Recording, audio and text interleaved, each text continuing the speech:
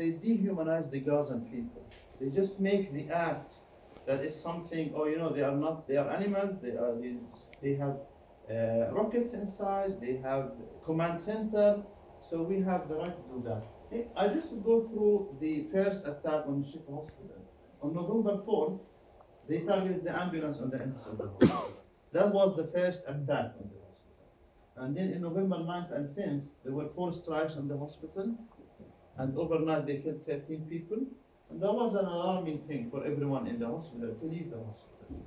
And then the people had to leave the hospital. We had 2,500 patients at that time. We had 50,000 sheltering within the hospital. When Biden wanted to talk about hospital, he called for less intrusive action. That's the only thing he just mentioned. November 14th, they get into the hospital. They have stolen 250 dead bodies. They interrogated the people. They arrested them. They killed them. November 8th, they said we open a safe corridor for everyone in Gaza, in Al-Shifa hospital. But you know what? 2,200 patients had to leave the hospital with no single ambulance. We had nothing humanitarian arranged for these things.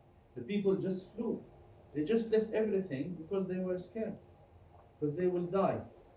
So they had to carry their brother with a fractured limb or external fixator, or a baby with 2 external fixators, and just run, because that's the only way. And we were left with 350. Where did the other go? We didn't know. I had a patient with 50% burn.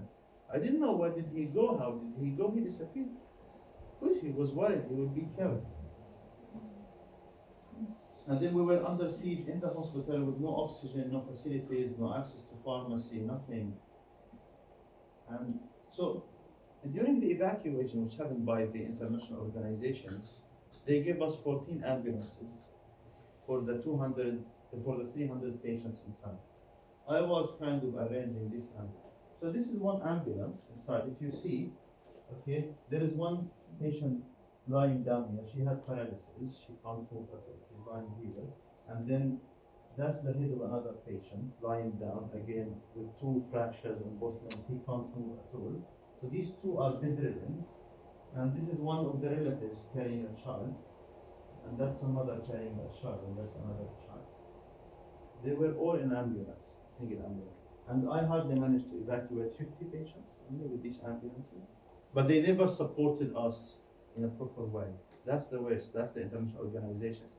And just Dr. Abu Salmi, the director, was taken and arrested in their convoy when he was under their protection. And just before leaving the hospital, on the night before the ceasefires, so they destroyed every vital structure or facility of the hospital. They destroyed the generators, they destroyed the oxygen stations, the electricity and water supplies and connections, and the telecommunication room. They wanted the hospital not to work at all. That's genocide. There was nothing inside, but they know that no one will leave them accountable for this. No one would care what have they said. So they have done the media promotion.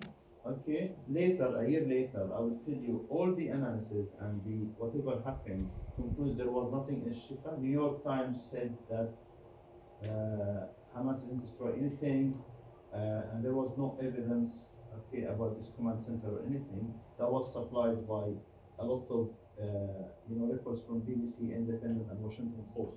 Did anyone come back and say, "Why have you done this?" No. The hospital was destroyed. And that was all confirmed by Dr. Abu Salmiya being released after 8 months because there was no evidence against him. Dr. Abu Salmiya is the director of the hospital. He was arrested and then they released him. He stayed there. There was no evidence at all that there was anything in the Shifa hospital. But again, the whole world will still say that these people were not supported. This is Shifa hospital. The first time they left the hospital in November. We managed to get the hospital running again. We managed to have the hospital running. But in March, when they attacked the hospital again, they said, okay, these crazy Gazan people can get the system working again. So they destroyed the buildings. They left the hospital with no option to us to run it again.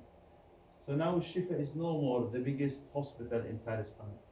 No more is like the 700 hospital, big hospital extended with 2,500. And now we have to work in private hospitals somewhere. So they want us never to go back to that place. And that's clearly genocide. There was no one. What about the buildings? You can take whoever you want, arrest whoever you want.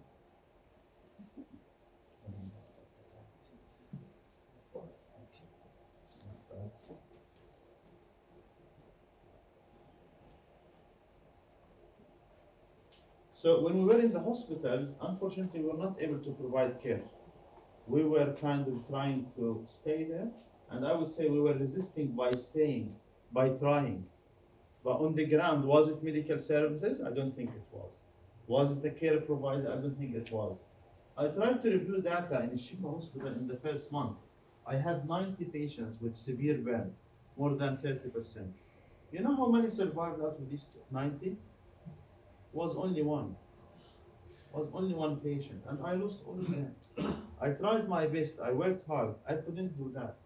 Dr. Jihad Jaili, who's the chairman of ICUs in Gaza, I had a discussion with him earlier, and I said, Dr. Jihad, you need to support me.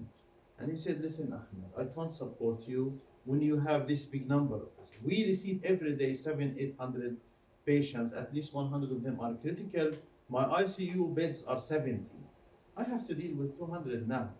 I can't do anything to you. I'm really sorry. And he said, the old days when I was sitting beside your burn patient, I was providing them with care day and night, 24/7. Someone was managing everything for them. Now we have no blood banks, no fluids, no ICU beds. So unfortunately, above 30-40% will never survive.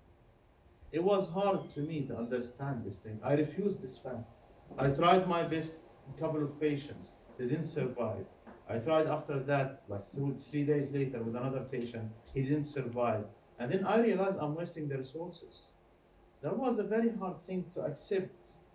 Till now, I feel really sad, embarrassed to mention that I left this patient, but that was the only choice. Limb salvage, if we got a patient with injury and their limb has no blood, we ask the vascular surgeon to reconnect the vessels. But you know, this is not an easy surgery, because if it doesn't go nicely, then the dead muscles would go in the body and then they kill the patient. So you need ICUs, you need all of this setup to do that one. You lose a lot of blood